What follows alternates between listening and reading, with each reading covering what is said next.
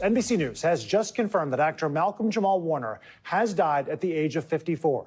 Authorities in Costa Rica telling NBC News that on a drowning accident while he was vacationing with his family in Costa Rica. Joining us now, Beaumont. I am tired of running for shade. And aren't you tired of being hustled and played? And aren't we all tired? Malcolm-Jamal Warner dead at 54. A name etched into American television history, gone in what authorities quickly labeled a drowning accident off the serene coast of Costa Rica. One moment he's vacationing with his family, the next emergency responders are pulling his lifeless body from the waves, pronouncing him gone at the scene. The headlines came fast. Cosby Show Actor Dies in Costa Rica. A few tweets, a couple of nostalgic tributes, and then silence. But something about the whole thing doesn't sit right. Not just because of the suddenness, not just because of the man it happened to, but because of the storm of truth he had just started unleashing. Because only days before, Warner had delivered what many now believe was his final message, wrapped in poetry, truth, and a subtle but chilling awareness that time was running out. There was no warning, no illness, no sign of distress, just a drowning in strong currents on a trip that was supposed to be a break from the chaos. And yet, was it really a break? Because the message he left behind, the words he chose, the pain he shared, the pride he reclaimed don't sound like a vacation. They sound like a man saying goodbye. And not just to us, but to the illusion. The illusion that hard work protects you, that silence keeps you safe, that speaking out doesn't come with consequences. Malcolm-Jamal Warner didn't die quietly. He died just as he was becoming louder than ever. Just 48 hours before his death, Warner uploaded a new episode of his podcast, Not All Hood. It was supposed to be another chapter in an ongoing cultural conversation. Deep dives into identity, legacy, and how the Black experience is portrayed in media, but this time something was different. It was somber, reflective, urgent. He wasn't just unpacking ideas, he was unloading a weight. And when you go back and listen, the weight of that message hits differently now. It wasn't an episode, it was a eulogy. One that he wrote for himself, and maybe for all of us. He recounted a moment with spoken word artist Tamika Georgia Mee Harper, who challenged the very premise of his podcast title. "Ain't nothing wrong with the hood," she told him. And that line, simple, powerful, spiraled him into a kind of internal reckoning. Why do we let the media define what the hood is? Why do we distance ourselves from it to feel acceptable in white spaces? Why do we let the narrative of pain define an entire culture that birthed music, language, art, resilience? That's what Warner was asking, not just as a host, but as a man trying to tell the truth while he still could. Then he started talking about erasure, of Black soldiers removed from the pages of history, of voices silenced in art, of how survival alone should be seen as an act of greatness. Survival itself is Black excellence, he said. No fluff, no pretense, just reality.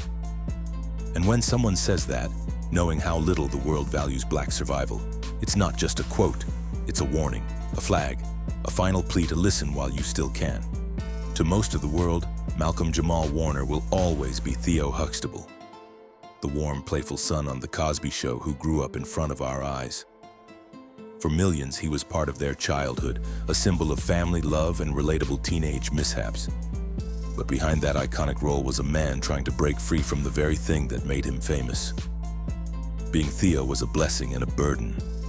It opened doors, but those doors led to cages because no matter how much he grew, how much he created, how many poems he wrote or characters he embodied, Hollywood still called him Theo.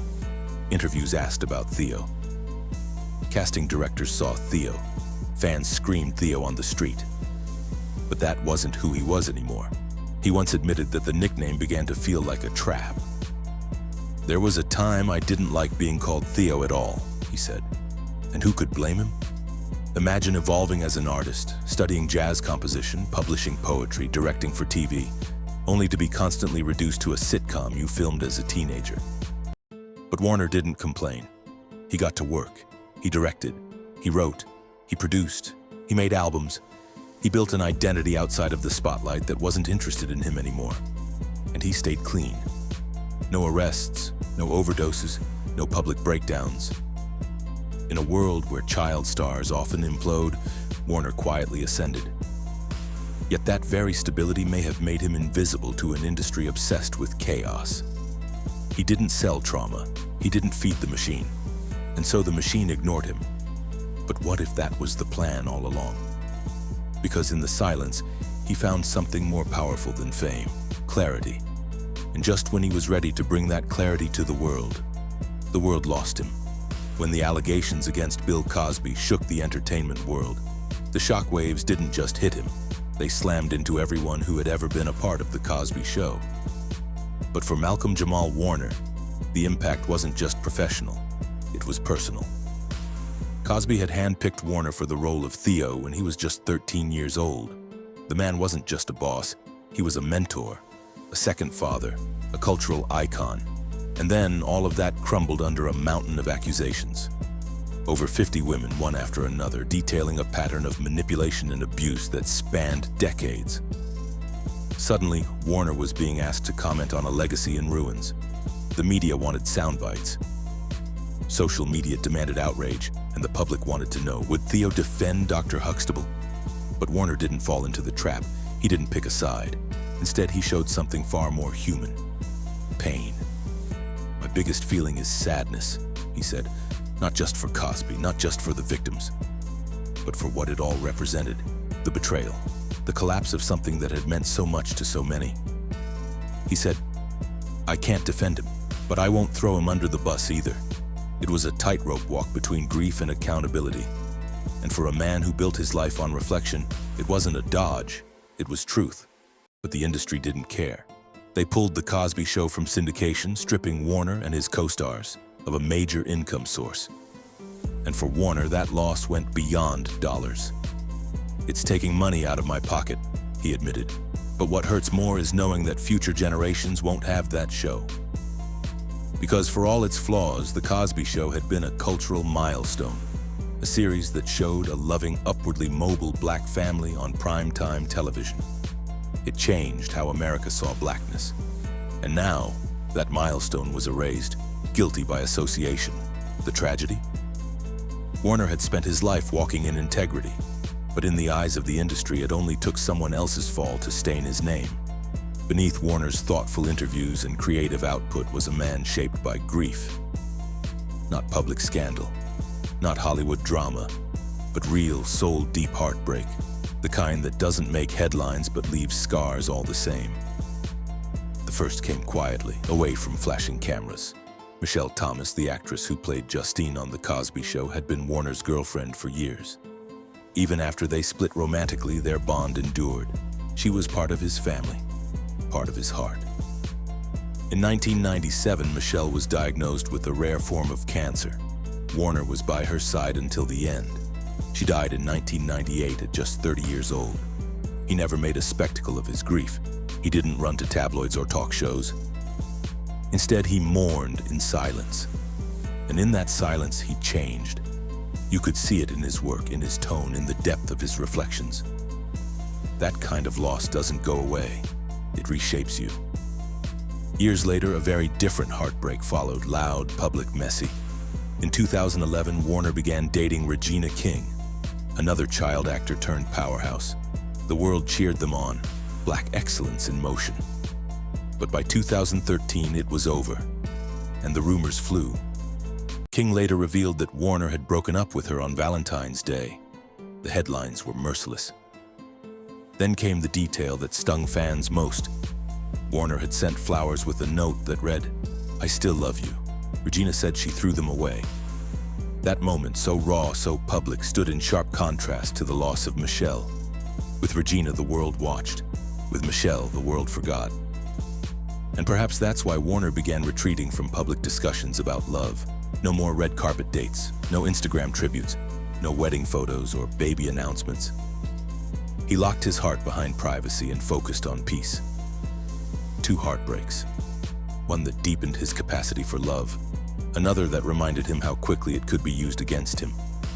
And somewhere in the middle, he built emotional walls, not out of fear, but out of necessity. When the sitcom era faded and the world moved on, many expected Warner to vanish with it. But instead of chasing roles just to stay visible, he pivoted with intention and grit. He turned inward. studied jazz composition, published poetry. Directed episodes for shows like Kenan and Kel, not for clout, but for growth. Every choice he made from that point on was deliberate. He didn't care about staying famous, he cared about staying whole. Warner became a Grammy-winning artist, not for something trendy or commercial, but for best traditional R&B performance. That alone speaks volumes.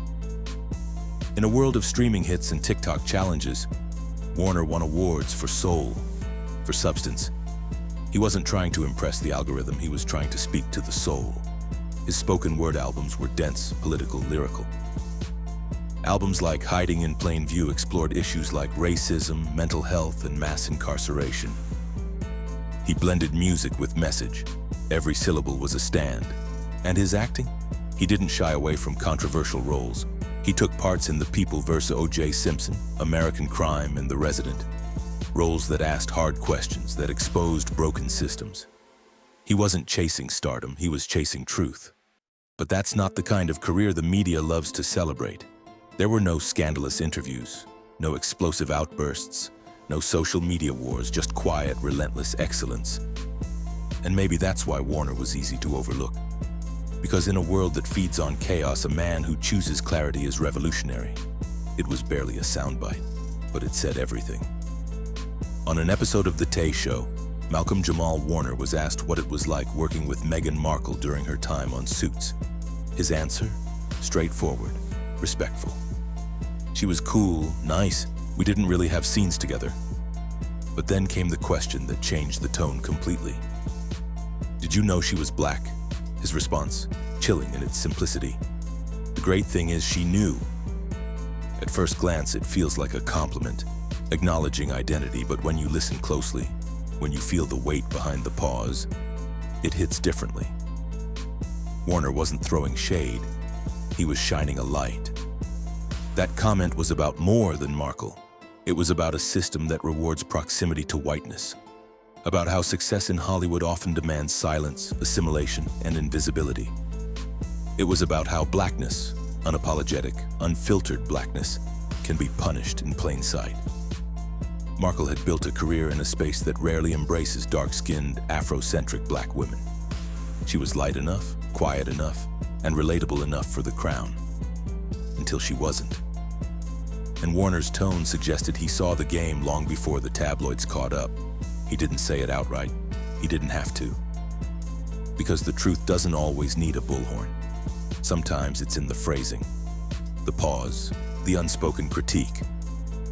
Warner had learned how to speak in code, because in Hollywood, the truth has to sneak in the back door to be heard, and in that one sentence, he cracked it open.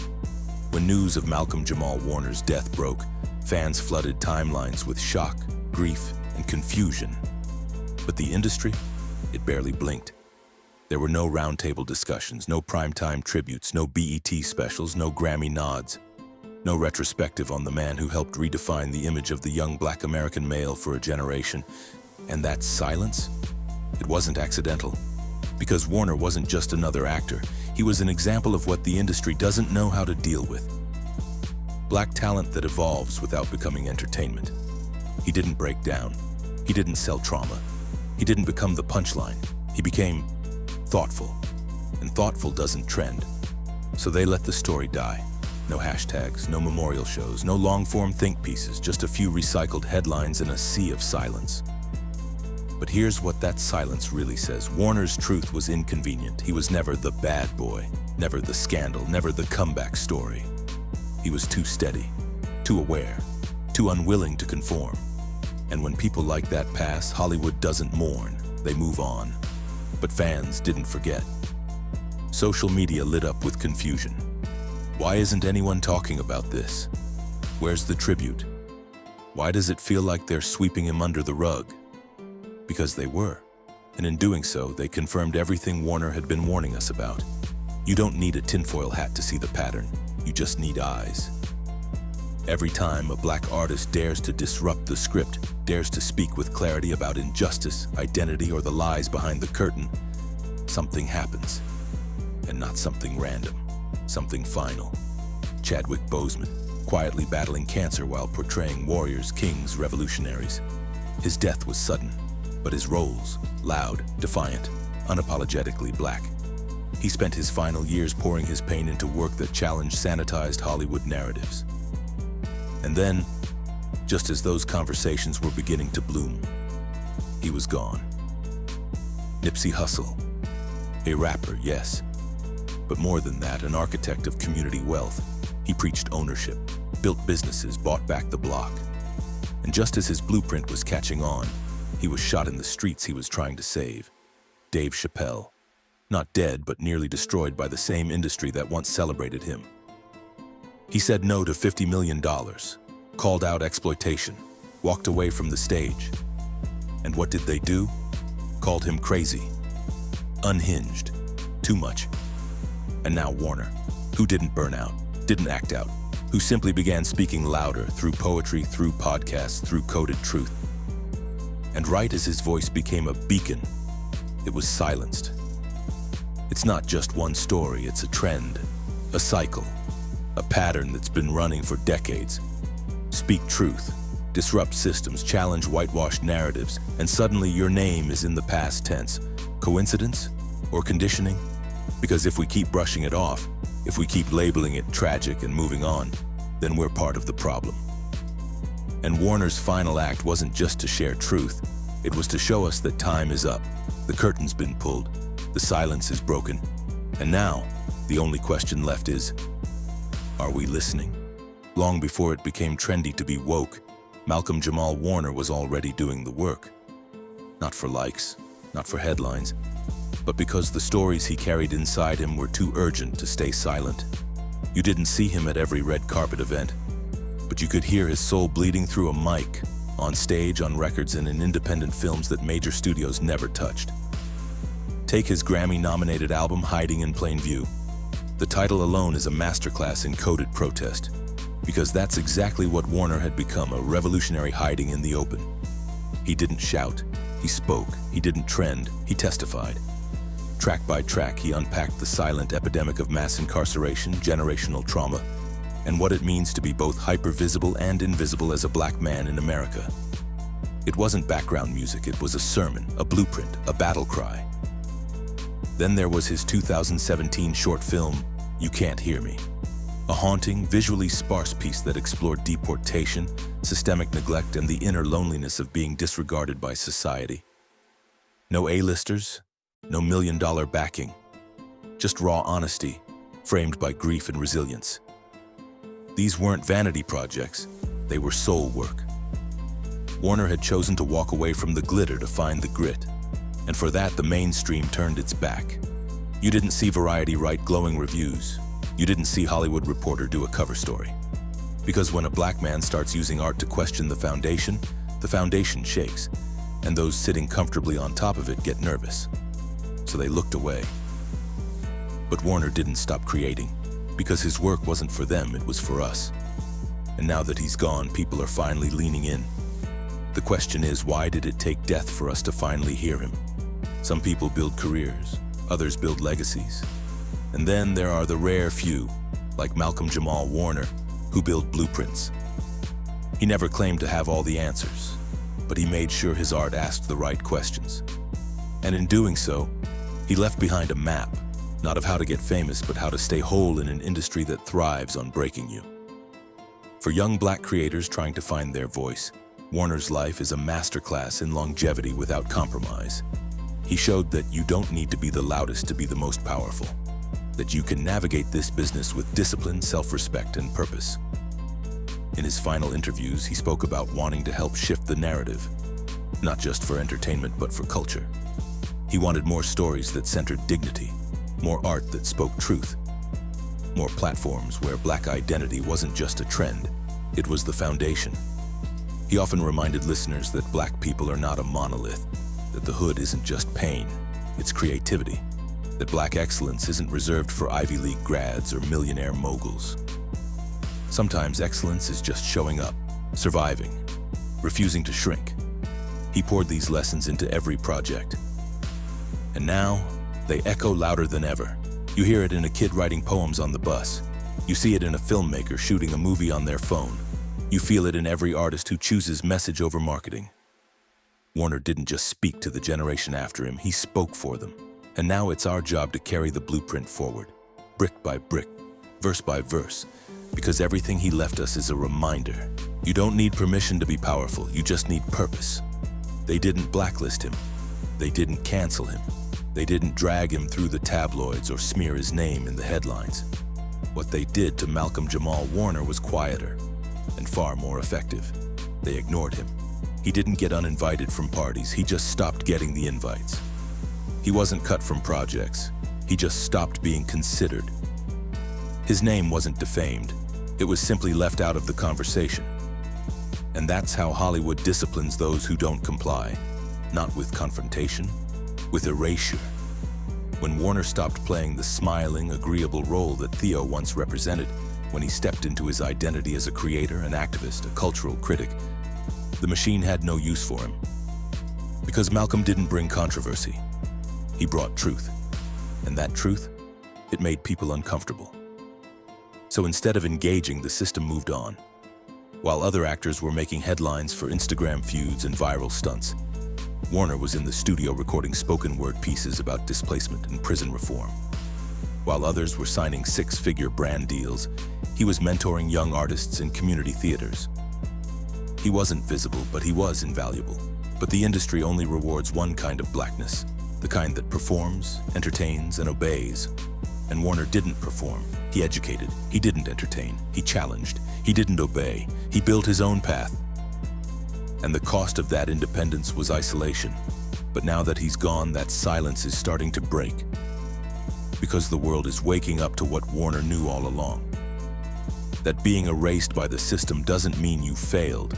It means you scared them, and that's the truest legacy a rebel can leave behind. Once you see the pattern, you can't unsee it. It's not just Malcolm-Jamal Warner.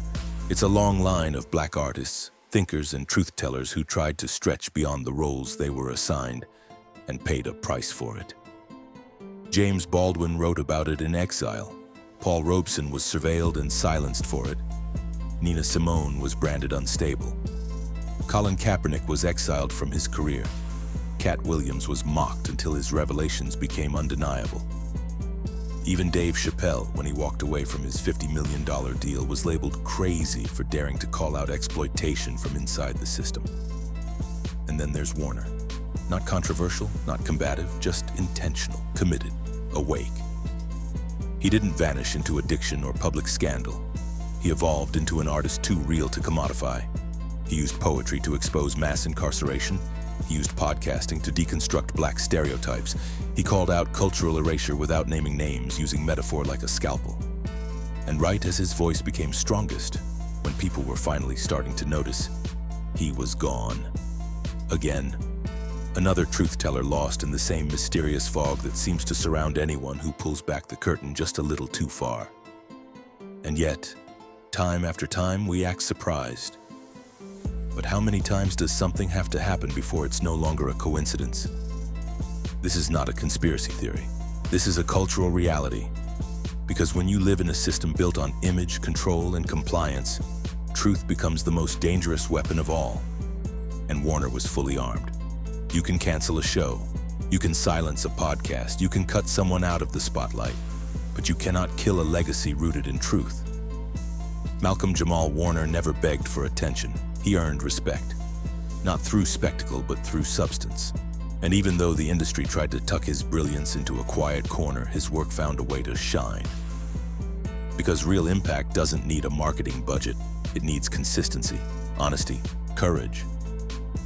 You see it in the artists he mentored, in the poets who cite him as an influence, in the black creators who now use their platforms to tell stories that don't sell but need to be told. And the ripple effect? It's growing. He helped reframe how we define black excellence. Not as wealth, but as survival. Not as fame, but as freedom. Not as acceptance, but as self-possession. He showed that success can be slow and still be strong. That anonymity isn't failure, it's fuel. Even now, as fans revisit his podcast episodes and discover his spoken word albums, a whole new generation is being introduced to Malcolm. Not the child star, but the cultural architect he became. And that's something no studio executive, no silent media campaign, no erasure tactic can touch. Because when your legacy is truth, it doesn't die, it multiplies. Malcolm-Jamal Warner deserved more. More than a headline, more than a few nostalgic clips on the evening news, more than silence from the industry he helped humanize. He deserved protection while he was here, recognition while he was speaking, celebration while he was alive. And yet here we are, piecing together meaning from the words he left behind, tracing breadcrumbs in his poetry, decoding his podcast monologues like riddles, listening now when we should have been listening then. But this story isn't just about Warner, it's about all of us. It's about what happens when we ignore those who use their platforms for something greater than ego. It's about how easily we let systems dispose of the people who dare to question them. It's about how often we realize someone was a legend only after they're gone. So here's the challenge. Don't just mourn Warner, magnify him, play his work, share his words, study his rhythm. Teach your kids about what he stood for. Create in the spirit of what he tried to say. And when the next truth teller steps forward, don't wait. Protect them now. Because truth has always come at a cost. And the only thing more tragic than Warner's passing would be if we learned nothing from it. Let his story be the last time we realize too late what we had. Let his message live, not just in memory, but in movement. Let us finally listen before it's too late.